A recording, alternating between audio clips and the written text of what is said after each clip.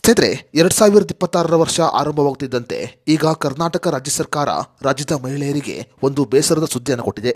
ಕರ್ನಾಟಕ ರಾಜ್ಯ ಸರ್ಕಾರ ಸುಮಾರು 5 ಲಕ್ಷಕ್ಕೂ ಅಧಿಕ ಮಹಿಳೆಯರ ಹೆಸರನ್ನ ಈಗ ಗೃಹಲಕ್ಷ್ಮಿ ಯೋಜನೆಯಿಂದ ಡಿಲೀಟ್ ಮಾಡಿದೆ. ಜನವರಿ 1, 2026ರಿಂದಲೇ ಸುಮಾರು 5 ಲಕ್ಷಕ್ಕೂ ಅಧಿಕ ಮಹಿಳೆಯರ ಹೆಸರನ್ನ ಈಗ ಗೃಹಲಕ್ಷ್ಮಿ ಯೋಜನೆಯಿಂದ ಡಿಲೀಟ್ ಮಾಡಲು ಆದೇಶವನ್ನು ಹೊರಡಿಸಲಾಗಿದೆ. ಹಾಗಾದ್ರೆ ಯಾವ ಮಹಿಳೆಯರ ಹೆಸರನ್ನ ಗೃಹಲಕ್ಷ್ಮಿ ಯೋಜನೆಯಿಂದ ಡಿಲೀಟ್ ಮಾಡಲಾಗಿದೆ ಅನ್ನೋದರ ಬಗ್ಗೆ ಸಂಪೂರ್ಣ ಮಾಹಿತಿಯನ್ನ ಈ ವಿಡಿಯೋದಲ್ಲಿ ನಾವು ನಿಮಗೆ ತಿಳಿಸಿಕೊಡ್ತೀವಿ. ವಿಡಿಯೋ ತುಂಬಾ ಇನ್ಫಾರ್ಮೇಟಿವ್ ಆಗಿದೆ, ಎಲ್ಲೂ ಸ್ಕಿಪ್ ಮಾಡದೆ ನೋಡಿ. ಹಾಗೂ ಈ ಮಾಹಿತಿಯನ್ನ ಪ್ರತಿಯೊಬ್ಬ ಮಹಿಳೆಯರಿಗೆ ಶೇರ್ ಮಾಡಿ. ಸ್ನೇಹಿತರೆ, ಕರ್ನಾಟಕ ರಾಜ್ಯ ಸರ್ಕಾರ ಸುಮಾರು 5 ಲಕ್ಷ ಬಿಪಿಎಲ್ ರೇಷನ್ ಕಾರ್ಡುಗಳನ್ನ ಈಗ ರದ್ದು ಮಾಡಿದೆ.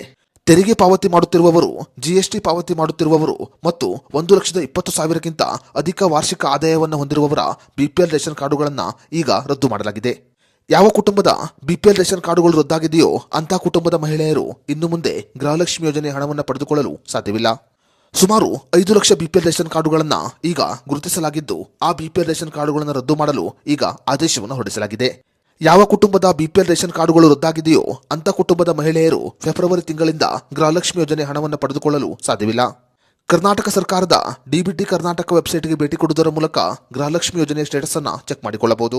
ಫೆಬ್ರವರಿ ತಿಂಗಳ ಮೊದಲ ಅಥವಾ 2ನೇ ವಾರದಲ್ಲಿ ಗೃಹಲಕ್ಷ್ಮಿ ಯೋಜನೆಯ 25ನೇ ಕಂತಿನ ಹಣವನ್ನು ಮಹಿಳೆಯರು ಪಡೆದುಕೊಳ್ಳುತ್ತಾರೆ.